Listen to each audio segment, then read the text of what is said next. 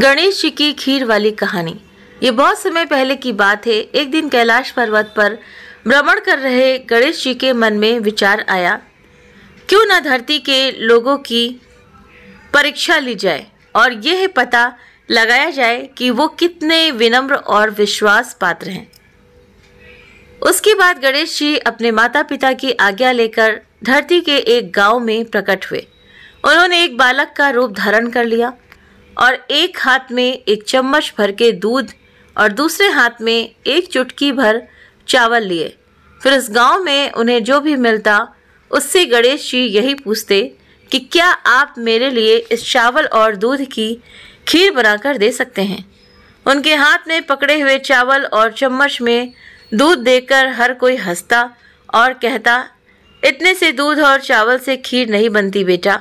कई लोगों ने तो उनका मजाक भी उड़ाया। इस तरह गणेश भगवान गांव के लोगों से पूछते पूछते एक कुटिया के नजदीक पहुंचे। उस कुटिया के बाहर एक बूढ़ी माई बैठी थी। बालक गणेश भगवान ने उस बूढ़ी माई से पूछा, माई, क्या आप मेरे लिए इस चावल और दूध की खीर बनाकर दे सकती हैं। माई को उस बालक पर दया आ गई। वो बोली, हाँ बेटा, मैं तेरे लिए खीर जरूर बना दूंगी। इतना कहकर वो घर के अंदर गईं और 2 छोटी कटोरियां लेकर वापस आईं। विनायक जी बोले, माई, इतनी सी कटोरियां काफ़ी नहीं होंगी, तुम अपने घर के सबसे बड़े बर्तन लाओ। फिर बूढ़ी माई ने बालक गणेश का मन रखने के लिए घर में से 2 सबसे बड़े बर्तन लाई और गणेश जी के सामने रख दिए। फिर गणेश जी ने एक बर्तन में चावल और दूसरे बर्तन में दूध डालना शुरू किया। देखते ही देखते बूढ़ी माई घर के अंदर से एक एक करके सारे बर्तन लाती गई और गणेश जी की माया से वो सभी बर्तन दूध और चावल से भरते गए। ऐसा करते करते उस घर के सभी बर्तन भर गए। अब विनायक भगवान बोले, माई, अब तुम खीर बनाकर रखो, मैं तुम्हारे घर के पीछे वाले कुएं से स्नान करके आता हूँ। माई के मन में एक सवाल आया। वो बोली, बेटा, मैं इतनी सारी खीर बनाकर क्या करूँ। इस पर बालक गणेश जी बोले, माई, तुम गांव के सभी घरों में खीर खाने का निमंत्रण दे देना। आज पूरे गांव में खीर की दावत होगी। अपनी बात पूरी करने के बाद भगवान गणेश स्नान के लिए प्रस्थान कर गए। माई ने गांव के सभी लोगों को निमंत्रण दे दिया, लेकिन उसे निमंत्रण बांटता देख गांव के लोग कानाफूसी करने लगे कि इस गरीब बुढ़िया के पास कल तक खाने के लिए कुछ नहीं था और आज जब वो निमंत्रण दे रही है।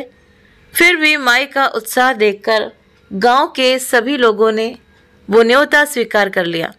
निमंत्रण देने के बाद बूढ़ी माई अपनी कुटिया में जाकर खीर बनाने लगी। गणेश जी की माया से खीर इतनी अच्छी बन रही थी कि उसकी भीनी भीनी खुशबू पूरे गांव में फैलने लगी। बूढ़ी माई खीर बनाने के बाद कुछ देर के लिए बाहर गई।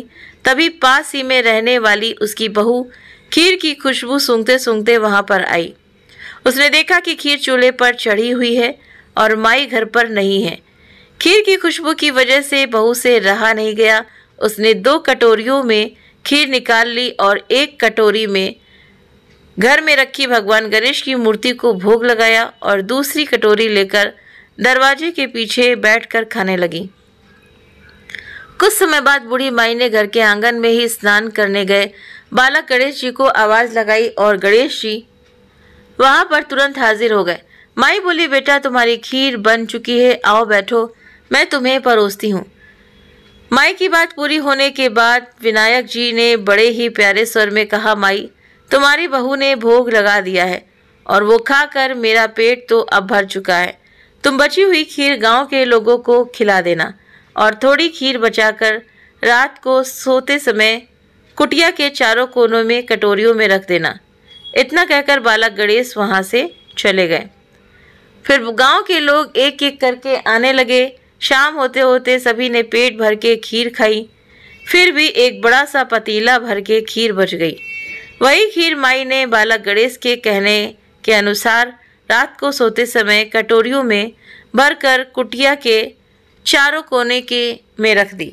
उसी रात को बूढ़ी माई के सपने में आकर उस बालक ने गणेश भगवान के रूप में दर्शन दिए। सुबह जब माई उठी तो उसने देखा कि चारों कोनों में जो खीर रखी है वो सभी कटोरियाँ हीरे मोती और सोने के आभूषणों से भरी हुई थी। इस तरह एक गरीब बुढ़िया माई पर गणेश भगवान की माया हुई और उसके जीवन की काया ही पलट गई।